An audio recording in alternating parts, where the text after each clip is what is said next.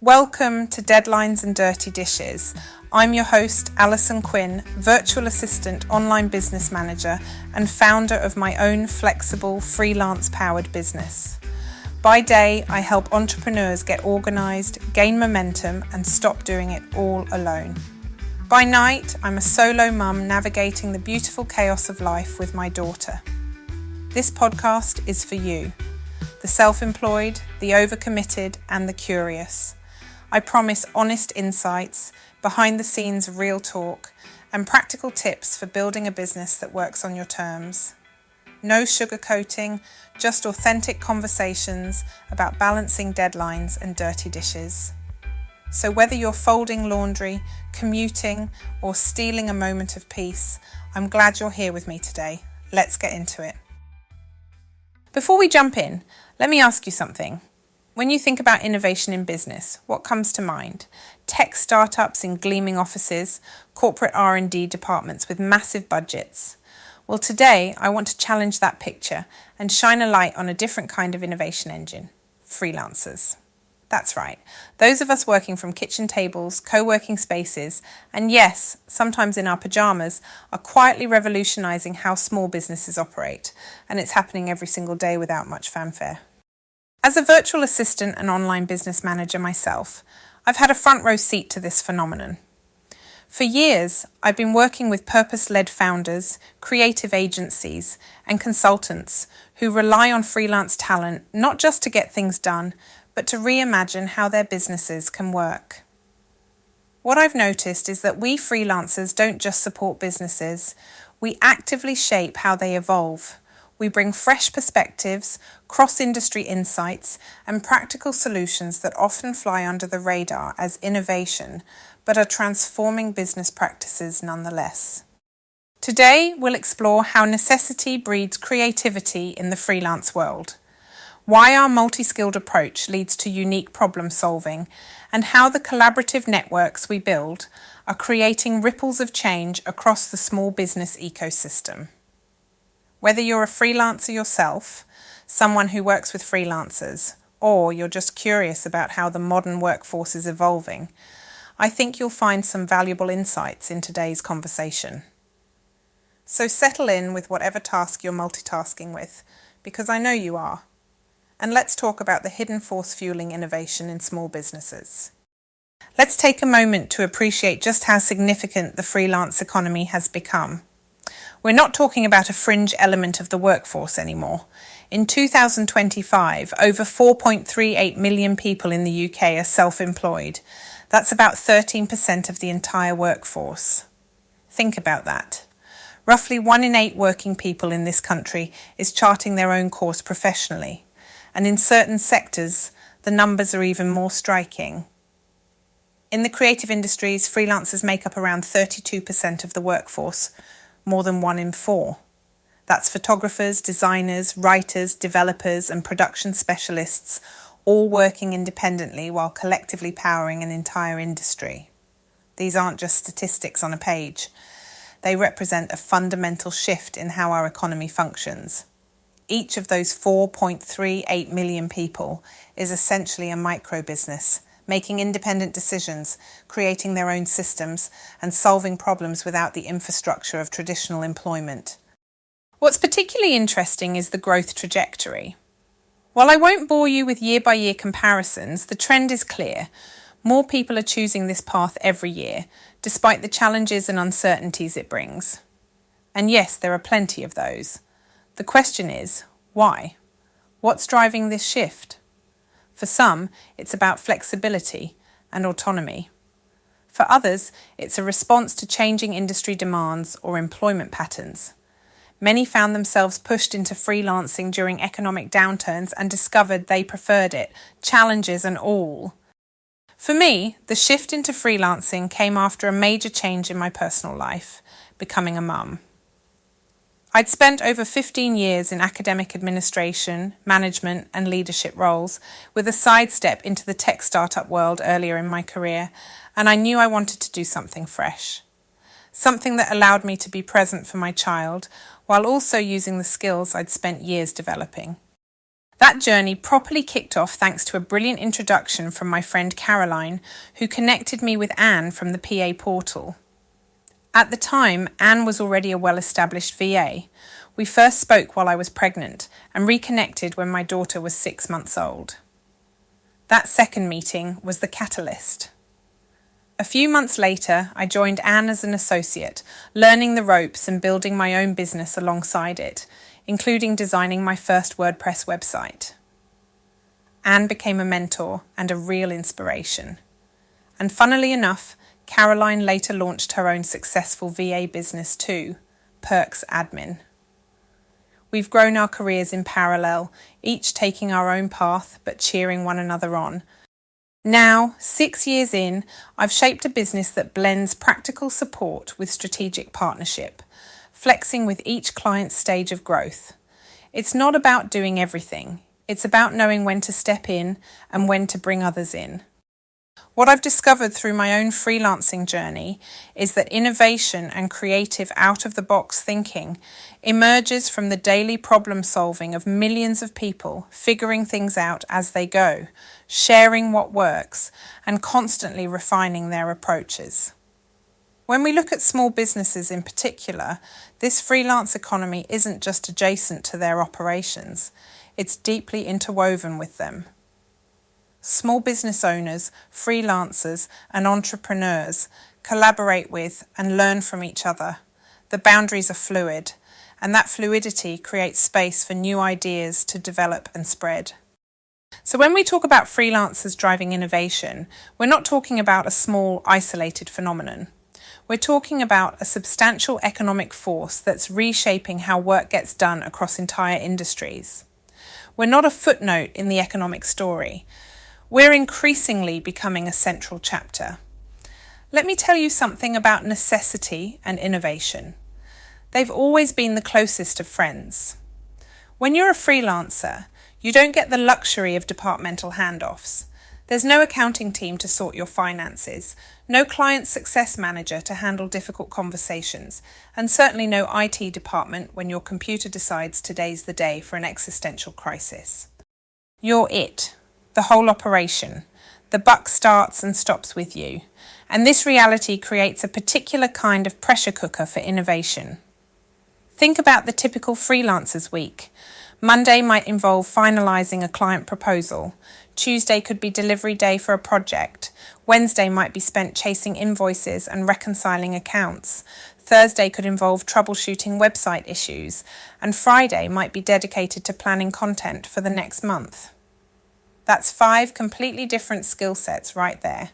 Sales, project execution, financial management, technical problem solving, and strategic planning.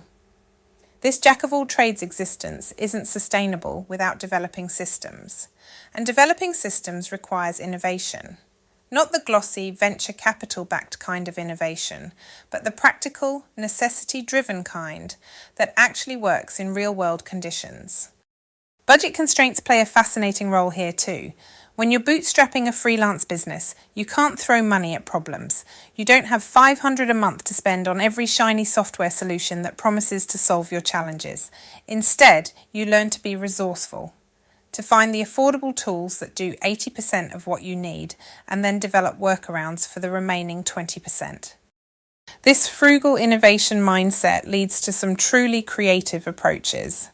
I know freelancers who've built entire client management systems using nothing but Google Workspace tools, ones who've automated their social media using free scheduling tools and clever content batching, and others who've created modular service offerings that scale efficiently without requiring additional resources. The skills developed through this constant adaptation become incredibly transferable too. A freelancer who's learned to manage their own business finances can easily help clients streamline their financial processes. Someone who's mastered client communications out of necessity can apply those same skills to improving a client's customer service approach. There's a certain scrappiness that develops when you work this way. You become comfortable with imperfection and iteration. You learn to ship the minimum viable version of something and improve it over time rather than waiting until conditions are perfect. This approach, build, measure, learn, repeat, creates a feedback loop that accelerates growth and adaptation.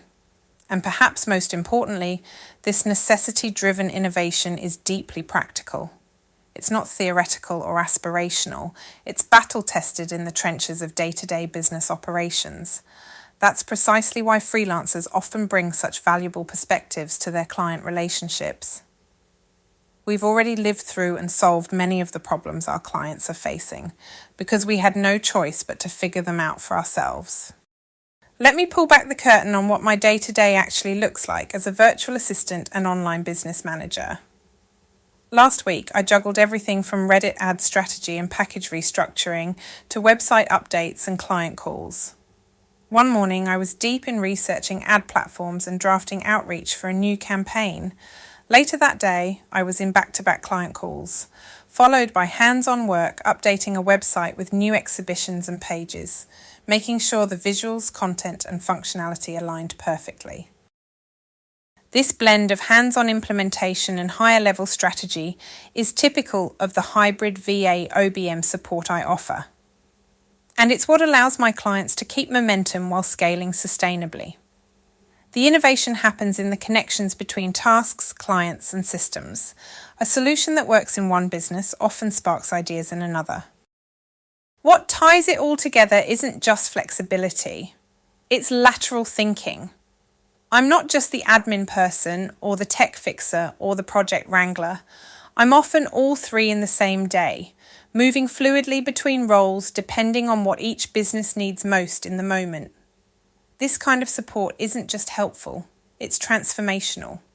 Because when freelancers and founders aren't stuck managing all the little things, they finally get the space to focus on what they're really here to do.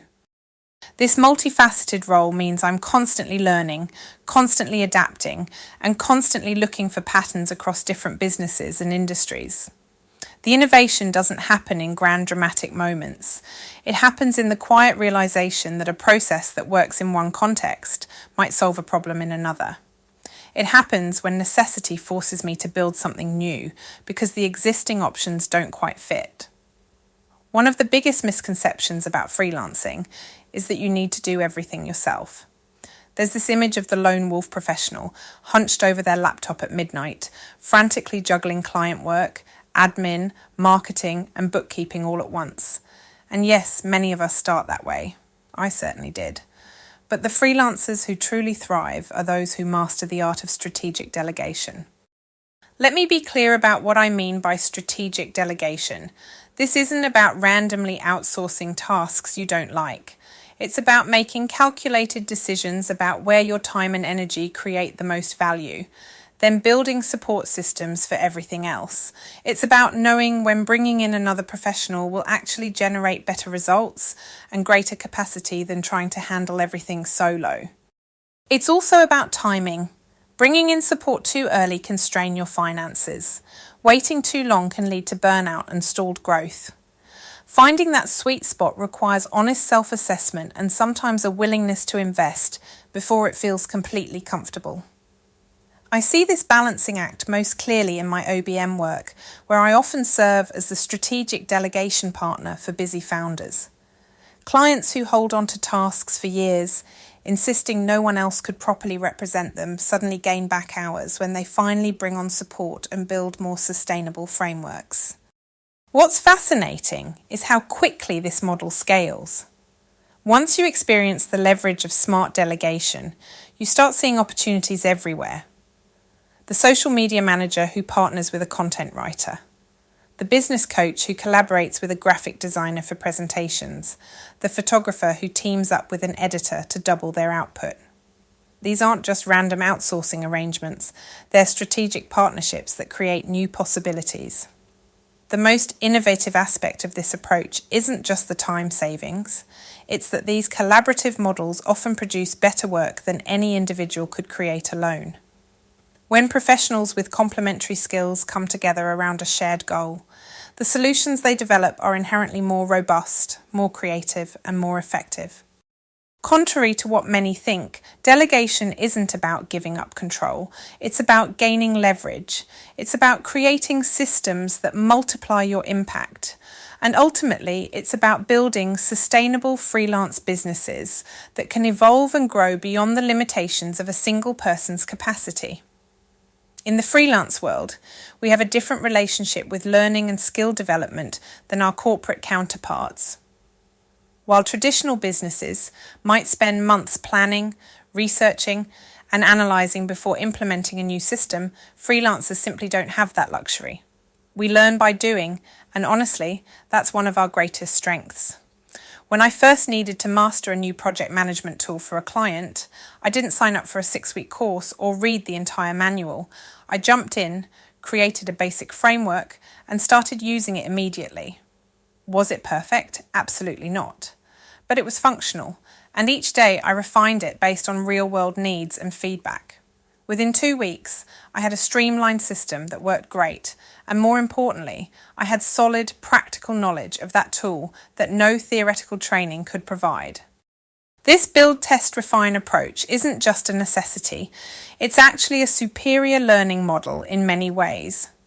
We gain knowledge through direct application, making adjustments based on immediate results rather than abstract concepts. We identify problems as they naturally arise and solve them in context, creating solutions that work in the real world, not just on paper. Consider how freelancers typically handle new software. We rarely use just 10% of the features like most corporate users. We jump in, exploring functionalities through practical application, discovering workarounds, and often pioneering uses that even the developers hadn't considered. When a client asks me if something is possible in their system, my answer is rarely a flat yes or no. It's usually, let me test a few approaches and see which works best. This experiential learning creates an accelerated feedback loop. We try something, immediately see the results, make adjustments, and try again, often all within the same day. This rapid iteration breeds remarkable resourcefulness. The build, test, refine model also makes us incredibly adaptable. When the pandemic hit, who pivoted fastest? Freelancers. While many large organisations were still forming committees to discuss remote work policies, independent professionals had already transformed their service offerings and delivery methods. I remember this vividly. My daughter had just turned 1. I'd only been solo parenting for a few months when COVID hit. Before that, we were still in the baby bubble, attending baby classes, catching up with new mum friends. Then, overnight, everything stopped. But within days, one of the class leaders, a freelance baby sign instructor, had pivoted. Suddenly, we were attending sessions via video link from the comfort of our lounge. Was it perfect? No. Because the real value of those sessions wasn't just the baby stimulation, it was the community, the chance for mums to connect and share the early days of parenting. But was I impressed? Completely. That freelance facilitator didn't wait for someone else to figure it out. They moved fast, stayed visible, and adapted to keep serving their audience, even under incredibly challenging circumstances. Many of my freelance colleagues did the same. They reinvented their businesses in a matter of weeks, not months. That kind of agility isn't just impressive, it's essential in a world that rarely stands still. This approach creates an interesting paradox in how we view expertise. Rather than waiting until we feel fully qualified to offer a service, many of us adopt a growth mindset. I know enough to start and I'll learn the rest along the way. This isn't reckless. It's actually deeply pragmatic. We assess our current capabilities honestly, take on challenges just beyond our comfort zone, and grow our skills through application rather than theoretical study. The most valuable outcome of this learning style is that we develop solutions based on practical experience rather than hypothetical scenarios. By the time a business owner approaches me about streamlining their operations, I'm not offering untested theories. I'm sharing approaches I've personally implemented, refined, and proven in real business environments. That's knowledge you simply can't get from a course or a textbook. This real-time learning approach doesn't just serve us, it serves our clients too. It means we're constantly evolving our skills, staying current with emerging tools, and developing practical wisdom about what truly works. In a rapidly changing business landscape, that kind of responsive, experience-based knowledge is precisely what businesses need to stay competitive. One of the most fascinating aspects of freelance work is how cross-pollination happens organically when you're a freelancer. When you work across multiple industries and client types, you start seeing connections and patterns that more specialised professionals might miss. It's like having access to a unique vantage point that spans across business silos. Solutions rarely stay confined to their original industry. A content calendar approach that works brilliantly for a food blogger can revolutionise how an accountant plans their client communications. The project management techniques that keep creative agencies on track can transform how wellness practitioners organise their client journeys. These transfers aren't about forcing cookie-cutter solutions. They're about recognising the underlying principles that work across contexts, and what makes this out-of-the-box thinking particularly valuable is that it's grounded in practical experience. This creates a fascinating innovation pathway. A technique proves effective in one industry, gets adapted and improved for another context, then that refined version influences practice in yet another field. Each iteration adds nuance and flexibility to the original approach. This pattern recognition becomes second nature over time. When a client describes a challenge they're facing, my mind immediately runs through similar situations I've encountered across my diverse client base. I'm not just drawing from one industry playbook, but synthesizing insights from dozens of real-world implementations. What's particularly powerful about this cross-industry perspective is how it helps businesses break out of their field's conventional thinking. Sometimes the most innovative solutions come from completely unrelated sectors. The fitness studio owner who adopts techniques from software development. The financial advisor who implements community-building strategies from the craft industry. These unexpected combinations often create the most distinctive and effective approaches. The power of freelance work isn't just in our individual capabilities, but in how we come together to create something greater than the sum of our parts. While the stereotype of the freelancer might be the solo worker at their kitchen table, and yes, that's often exactly where you'll find us, the reality is that we've built remarkable collaborative networks that drive innovation forward. When I work with another freelancer on a client project, we're constantly sharing tools, techniques, and approaches. Have you tried this project management app? What do you think about this client onboarding sequence? Here's how I solve that recurring issue. This knowledge exchange happens naturally and frequently, creating a fusion of ideas that benefits everyone involved. Together, we're bringing insights from dozens of different client accounts across multiple industries. That breadth of experience leads to nuanced solutions that a single industry perspective might miss. These collaborations also create informal systems of quality control. When freelancers partner up, we see each other's work up close. We give feedback, suggest improvements, and raise the bar for each other. There's an unspoken professional standard that emerges. None of us wants to be the weak link in the chain. This peer accountability drives continuous improvement in a way that's both supportive and challenging. The freelance community has also developed remarkable peer-to-peer support networks.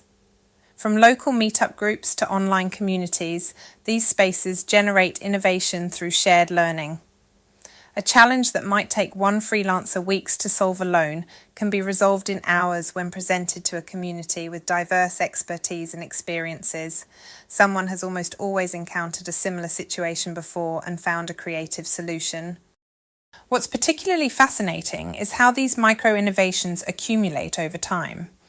A small workflow improvement shared in a freelancer forum gets adopted and refined by dozens of others. A clever client management technique spreads through a network of VAs, each adding their own twist. A unique approach to project scoping gets passed between web developers, becoming more sophisticated with each iteration. These innovations might seem small in isolation.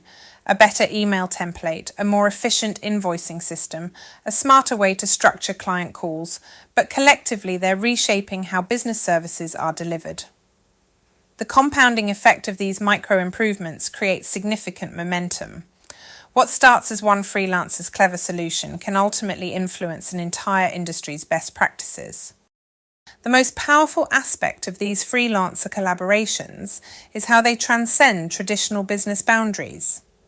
We're creating networks that span industries, borders, and specialties, connected not by corporate structures, but by shared professional interests and complementary skills. In many ways, this represents a new model of how work can be organised, fluid, adaptable, and built on genuine mutual benefit rather than hierarchical control. Look, let's be honest about what's really happening here. Freelancers aren't just service providers anymore. We've become embedded collaborators, deeply integrated into the businesses we support. We're not just executing tasks, we're actively shaping how modern businesses function and evolve. When I work with clients as a VA and OBM, I'm not sitting on the periphery. I'm right in there, privy to operational challenges, strategic decisions, and the day-to-day realities of running their business. This insider position allows freelancers like me to spot opportunities and suggest improvements that might not be visible to someone with a more siloed perspective. What makes this particularly powerful is that freelancers bring an outside-in viewpoint. We're simultaneously insiders who understand the business intimately and outsiders who aren't constrained by "that's how we've always done it" thinking. This dual perspective is incredibly valuable when it comes to innovation. We can respect the existing foundations while questioning assumptions that might be limiting growth. The innovations freelancers bring to businesses rarely make headlines. They won't be featured in tech magazines or business journals. But that doesn't make them any less transformative for the businesses experiencing them. In fact, I'd argue that these practical, grounded innovations are often more immediately valuable than flashier concepts that look good on paper, but fail in execution. Consider what happens when a freelance OBM reconfigures a client's project management system, or when a VA streamlines a founder's inbox management strategy, or when a freelance operations specialist redesigns a client onboarding process. These changes might seem mundane compared to cutting-edge technology, but they directly impact efficiency, client experience, and ultimately profitability. What's particularly noteworthy is how freelancers tend to create innovations that stick. Because we're working in the trenches alongside business owners, we understand the practical constraints they face: limited time, budget considerations, existing tech commitments. We develop solutions that work within these parameters rather than requiring everything to be uprooted. This is innovation with a small I, incremental, practical, and deeply responsive to actual needs rather than theoretical possibilities. It's about making things work better today, not pursuing some distant vision that may never materialize. And for most small businesses, that's exactly the kind of innovation they need. The beauty of freelancer-driven innovations is their human scale. They're designed by people who understand both the business requirements and the human factors involved. We know that even the most brilliant system will fail if it doesn't respect how people actually work and what they can realistically adopt. When we talk about innovation, we often imagine dramatic disruption. But for most businesses, real progress comes through thoughtful iteration and practical improvements. And that's precisely where freelancers excel, bringing fresh thinking grounded in real-world experience, delivered with an understanding of what will actually work in practice, not just in theory. As we've explored throughout this episode, freelancers aren't waiting around for someone else to define the future of work. We're actively building it right now, day by day. We're the architects of a new working landscape that values flexibility, expertise, and collaboration over rigid hierarchies and outdated structures.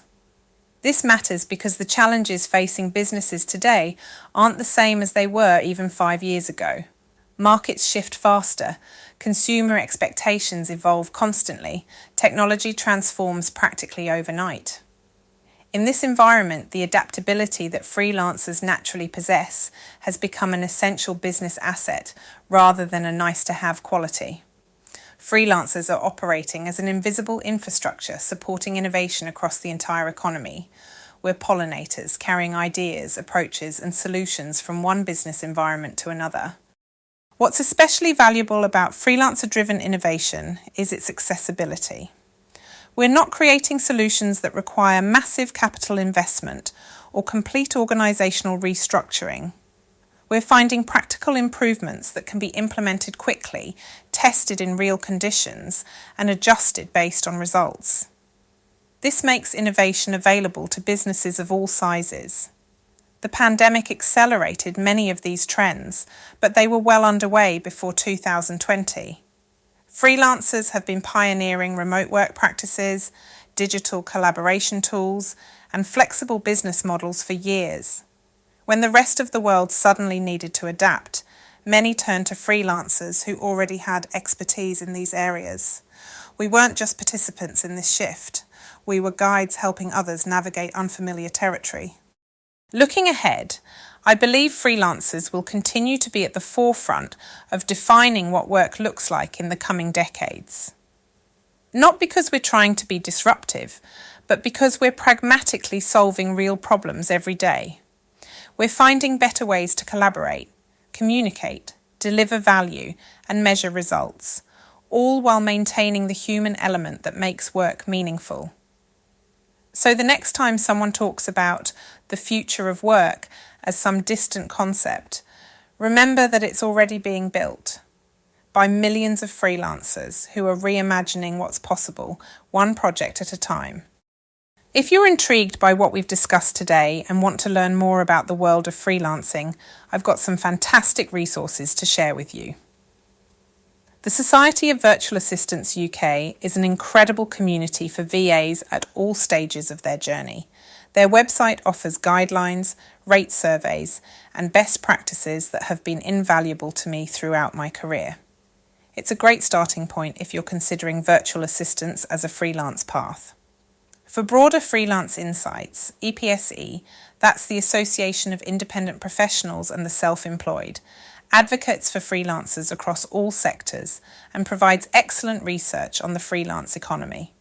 Their annual reports on freelancer confidence and market trends are particularly enlightening. Enterprise Nation's freelance community is another gem, offering practical support for those starting out or scaling up their freelance businesses. They run regular events and have resources specifically designed for different stages of the freelance journey. For those of you who love data, the Office for National Statistics publishes regular updates on self-employment trends that provide fascinating context to the growth we're seeing in the sector. Their quarterly reports show not just numbers, but demographic shifts and earning patterns that tell a deeper story about how freelancing is evolving. And if you're specifically interested in creative freelancing, Bristol Creative Industries offers specialised insights into that sector, with particularly good resources on pricing and client relationships. All these links will be in the show notes, so don't worry about scribbling them down while driving or doing the dishes. If today's episode resonated with you, I'd love to hear your thoughts. Maybe you're a small business owner who's experienced the innovation boost from working with freelancers, or perhaps you're a freelancer with your own stories of creating solutions on the fly. Either way, drop me a message through the website or on social media. Thank you so much for tuning in today.